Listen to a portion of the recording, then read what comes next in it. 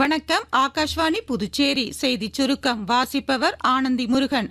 மேற்கு வங்கத்தில் மூத்த பிஜேபி தலைவர் திரு சுவேந்த் அதிகாரி புதிய முதலமைச்சராக பொறுப்பேற்க உள்ளார்.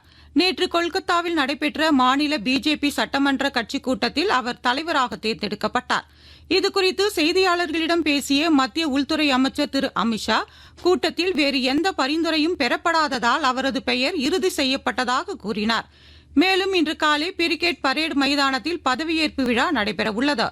பாலியல் பலாத்காரம், பாலியல் வன்கொடுமை மற்றும் பெண்கள் மற்றும் குழந்தைகளுக்கு எதிரான கடுமையான குற்றங்களில் தண்டனை பெற்ற நபர்களுக்கு பரோல் வழங்குவதை முழுமையாக தடை செய்ய கோரி விரைவில் மத்திய அரசுக்கு ஆணையம் பரிந்துரைகளை சமர்ப்பிக்கும் என்று தேசிய மகளிர் ஆணையத்தின் தலைவர் திருமதி விஜயா ரஹத்கர் தெரிவித்துள்ளார்.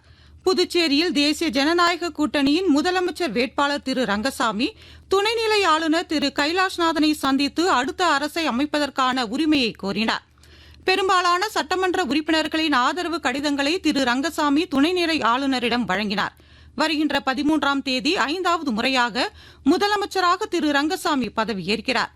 இந்திய அரசின் உயரிய விருதான பத்ம விருதுகள் தனித்துவமான சாதனைகளுக்காக அனைத்து தரப்பு மக்களுக்கும் வழங்கப்படுகிறது. 2027ஆம் ஆண்டு குடியரசு தினத்தில் அறிவிக்கப்பட உள்ள பத்ம விருதுக்கு தகுதியானவர்கள் விண்ணப்பிக்கலாம் என்று புதுச்சேரி செய்தி விளம்பரத்துறை தெரிவித்துள்ளது. ஹண்டா வைரஸ் பாதிப்புக்குள்ளான சொகுசு சுற்றுலா கப்பல் குழுவில் உள்ள 2 இந்தியர்களுக்கும் வைரஸ் தொற்று இருப்பது உறுதி செய்யப்பட்டுள்ளதாக தகவல் வெளியாகியுள்ளது. சமீபத்தில் அந்த கப்பலில் இருந்த பயணிகளுக்கு உடல்நலக்குறைவு ஏற்பட்டபோது நடத்தப்பட்ட பரிசோதனையில் எலியின் மூலம் பரவக்கூடிய இந்த வைரஸ் கண்டுபிடிக்கப்பட்டது. இத்துடன் இந்த செய்திச் சுருக்கம் நிறைவு பெறுகிறது.